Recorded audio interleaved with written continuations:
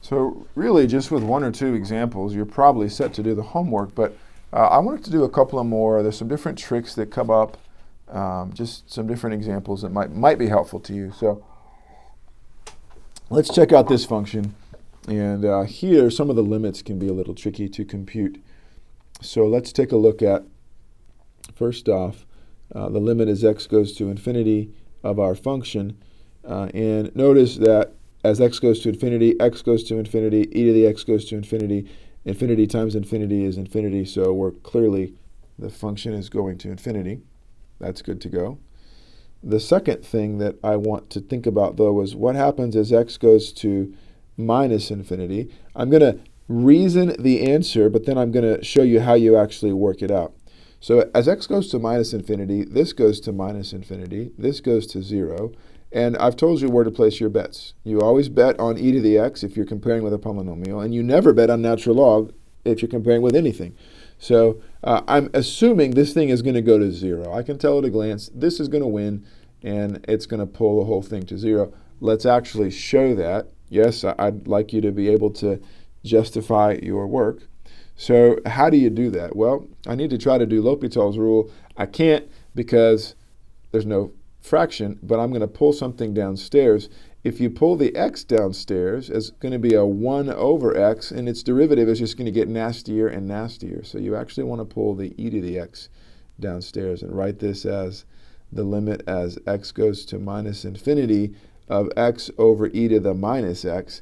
Now I'm going to apply L'Hopital's rule, and I'm going to get, what, 1 over minus e to the minus x. And now I've got it. As x goes to minus infinity, oh, I should have stopped over here, by the way. X goes to minus infinity, this part is going to minus infinity upstairs. Downstairs, x goes to minus infinity, e to the minus x actually goes to infinity. So I do have the right form for L'Hopital's. Now, back here, the point is the bottom is going to infinity, so the whole thing is going to 0. So we sort of could see that, but you really need to be able to justify that using our various limit tricks as well. I can point out to you that there is a relatively obvious x-intercept. It's just x equals 0. E to the x is never 0. So this is just x equals 0. And now I'm ready to start doing calculus. So f prime of x, I get what? Product rule. So derivative of x is 1, e to the x plus x, e to the x. Factor an e to the x out, and you get x plus 1. E to the x is never 0, so the derivative is 0 when x is minus 1. And so I'm going to plug in something positive, and I'm positive, something negative, and I'm negative. So I can tell you right now there's a local min at negative 1. I like to go ahead and compute things just to get that done. So f of minus 1 is what? Minus 1 over e, which is roughly minus 0.36, we'll say 8. All right, so that's that one. Now we can take the second derivative, and let's see, it's just going to be, I'm going to compute it from here, not there. I don't want to do the product rule again. Although, I don't know, it's probably the same actually, whatever. But just doing it from here, I get e to the x plus, and then just repeat this guy. So e to the x plus x e to the x. This is, 2 e to the x plus x e to the x.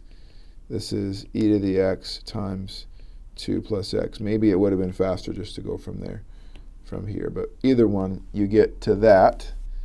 The point is, again, this is sort of not a trick per se, but something you should recognize, is this is never 0. So the only time the second derivative is 0 is when 2 plus x is 0, or x is negative 2. And once again, you're going to be positive, negative on each side. And you can check that f of negative 2 is negative 2 over e squared, which is roughly minus 0.27. So shoot, I'm ready to go. So I've got one asymptote at 0. I'm actually going to erase all of the ones on this side. This function goes to 0 as x goes to minus infinity. So I really only need to draw my little asymptote on this side because it's not happening over here. It's only as x goes to minus infinity. I'm going to 0. I'm going to put out some little flag guys. Let's put them in orange so they'll be bright and visible and safe. So I've got to get to 0 this way. And then somehow I'm blowing up to infinity as x goes to infinity. So I'm going to be shooting up to infinity. I've got, let's graph our function. Let's do, I don't know, let's do this green. So that's actually a point on my graph at the origin, 0, 0. And then we found a local minimum at -1, and we got, what, minus 0.368. So here at -1, we're somewhere down. I'm going to actually scale down to a little bit more. Let's say that when I plug in -1, I'm right here, and this is a local minimum. All right, and then we also had an interesting point of inflection at -2, so that's 1. Let's make this -2, and we're going to be a little higher. And so somehow we've got to go from 0. We're going to inflect down, and then we're going to hit our local minimum, and then we're going to go up through the point, and then we're going to shoot off to infinity, and we're actually more or less following the graph of e to the x. As x gets bigger, e to the x dominates, and so that's, maybe the top was a little bit too straight. It should maybe go more like this, but I can't leave it. Let's do something like that. Okay, much better. So let's clean up.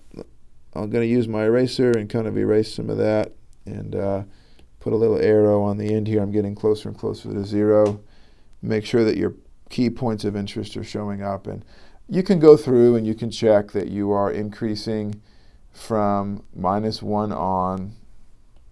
That's clear. Decreasing down to -1, so on and so forth. So that's another example done. I'll do one more, and then you guys can talk